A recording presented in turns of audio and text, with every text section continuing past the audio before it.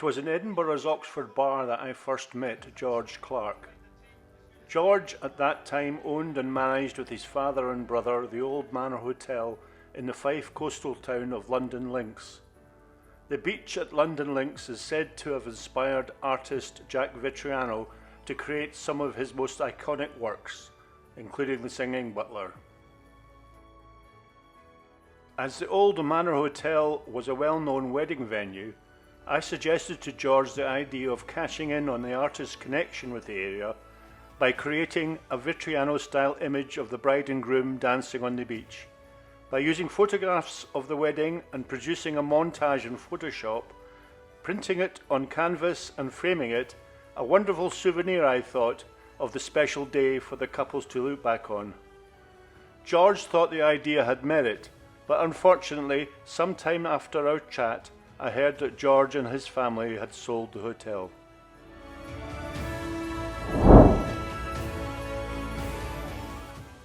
A year or so later, George contacted me and asked me to design an invitation for his forthcoming wedding reception.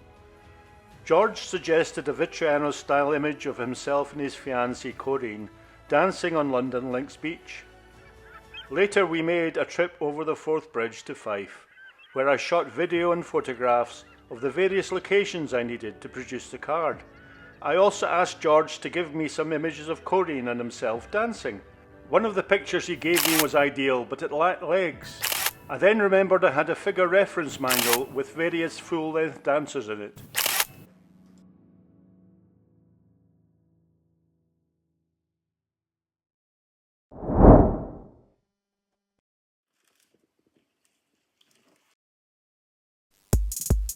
Finding the manual, I began to flip through its pages.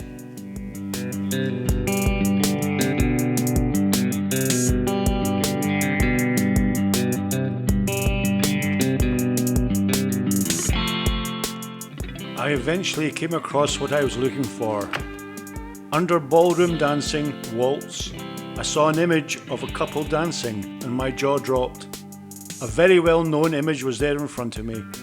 Although reversed, it was a couple from the singing Butler. In Photoshop, I flipped the image and laid it over a copy of the famous painting, an almost perfect match. Later I found the butler and the maid, both from the same book. It wasn't long before I found more matches.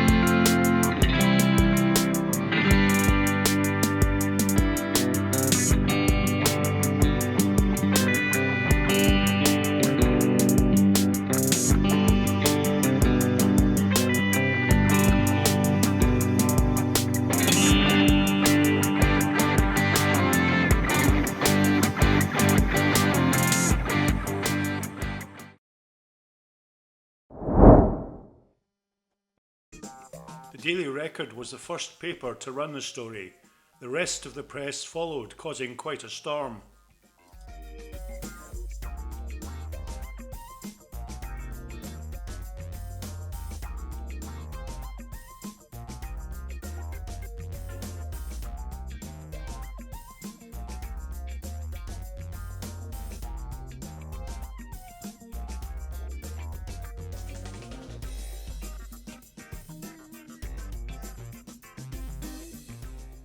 In a later article, the Record ran the story about George and Corrine, their wedding invite and the part it played in the scoop.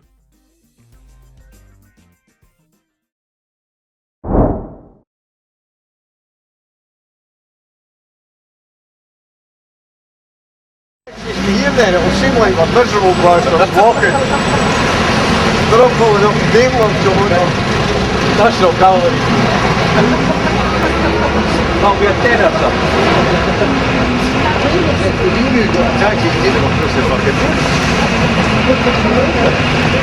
On the 16 months of marriage experience, I'm not sure whether I am in a position to do so. However,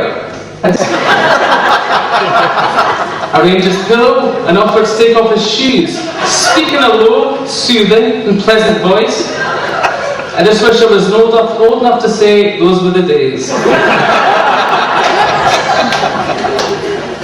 Well, having this reception within an art gallery has got us feeling all cultured, so we thought we should end this speech with a few intelligent words. Mum and George, congratulations on the termination of your isolation. May I express an appreciation of your determination to end the desperation and frustration that has caused you so much consternation, but gave you the inspiration to make a combination. Okay, let's start. Fair for your honest, so unsafe. Oh, bugger, wrong speech though. So the guest prefect. Okay, seriously, let's start with a few thank yous. Thank you to Mark and Chris for giving Corrine away. Thank you for not being so damning in your speech as you might have been. I think all three of us know much more than we're going to say tonight. Thank you as well, in all seriousness, for making me feel so welcome from the very first. You should both know that that was very important to your mum and me. I would say thank you to Nancy. You brought up a wonderful daughter, Nancy. And you did make me feel part of the family. I have no doubt that sometimes when you heard me striking on, you must have wondered, is this what I really want in a son-in-law? With me. Nancy, you actually brought up two wonderful daughters. Thank you, Auntie Jo. Where is Auntie Jo? Auntie Jo down the road. You have been everything a sister and a sister-in-law should be, and you've been a good friend to both of us. Corrine did insist I shouldn't call you Auntie Jo today, so I would. I'm very grateful that your technique has improved and mellowed somewhat. Michael and I, over the years, have had many differences of opinion. Occasionally, these have been physical. Michael has always been the one to come back and say, let's not do that again. I have to tell you, wherewith. Most of you here don't know that John suffers from a very rare and tragic medical condition which causes him to invent fanciful stories. He really does believe these stories to be true, and thank you very much in advance for humouring them during this speech. I have to tell you, that wasn't a joke, it is his birthday today.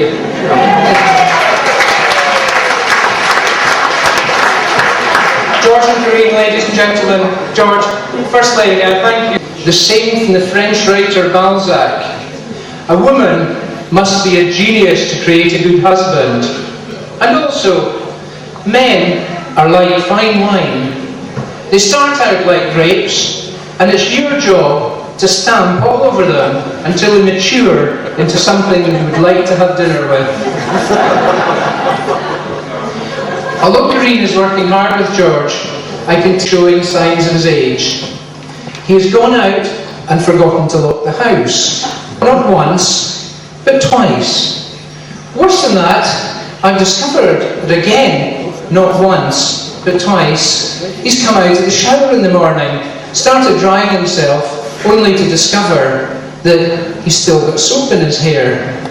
Perhaps, George, it's time for you to retreat permanently to the lush pastures of retirement.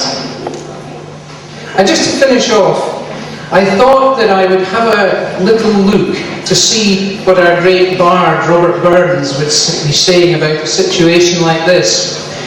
And I found a poem which, with a little adaptation, I felt worked very, very well for our mutual friend George. And this, George, is entitled Address to a George and a Lager, and it goes like this. The stretching shirt, there ye fill, your stomach's like a distant hill, your pin would help to mend a mill in time of need, while through your pores the dews distill like the amber nectar he drank last night. His glass is rarely empty, aye waiting for the next, His patience aloft wear thin if he doesn't have one soon. And then, oh, what a glorious sight!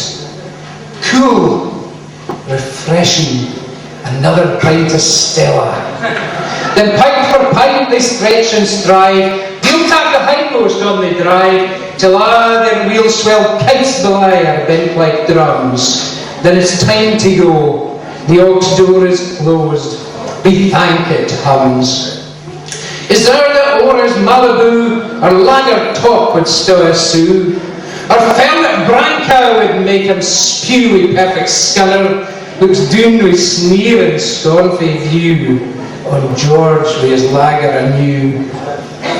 Poor devil, see him after the bash, as feckless as a withered rash, his mouth like sawdust, his legs no working, and his body all shaken. Though the ox will open again at 11, he'll no be there.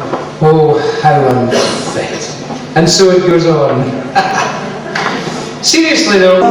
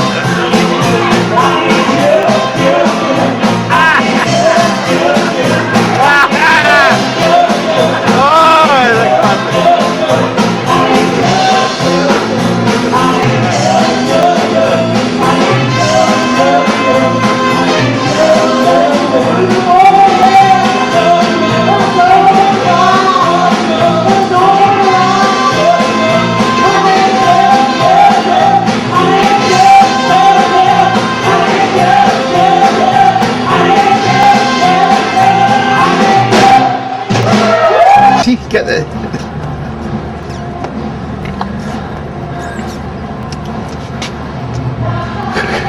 Get the smoky atmosphere. I like it folks.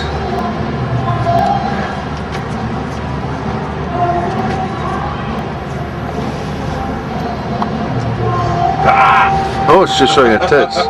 Right, okay, fair dues. This is what you got to build with, Paul. Right. This is your future. Anyway, wants to smoke, I have to do it soon.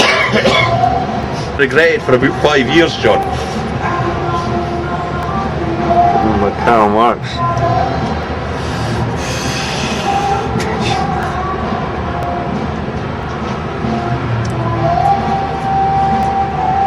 You don't want to see our fire. Right.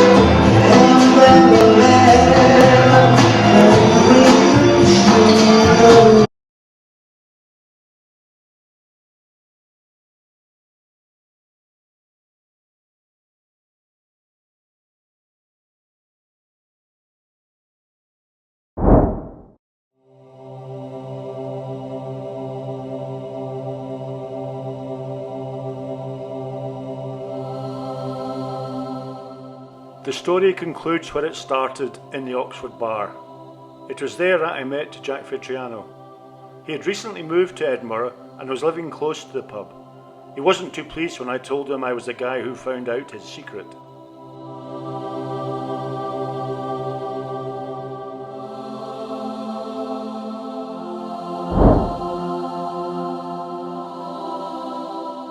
He stopped coming into the Oxford after moving away from Edinburgh. In 2025 I read of his death. This, along with meeting George and Corrine in the Oxford recently, spurred me to create this wee movie.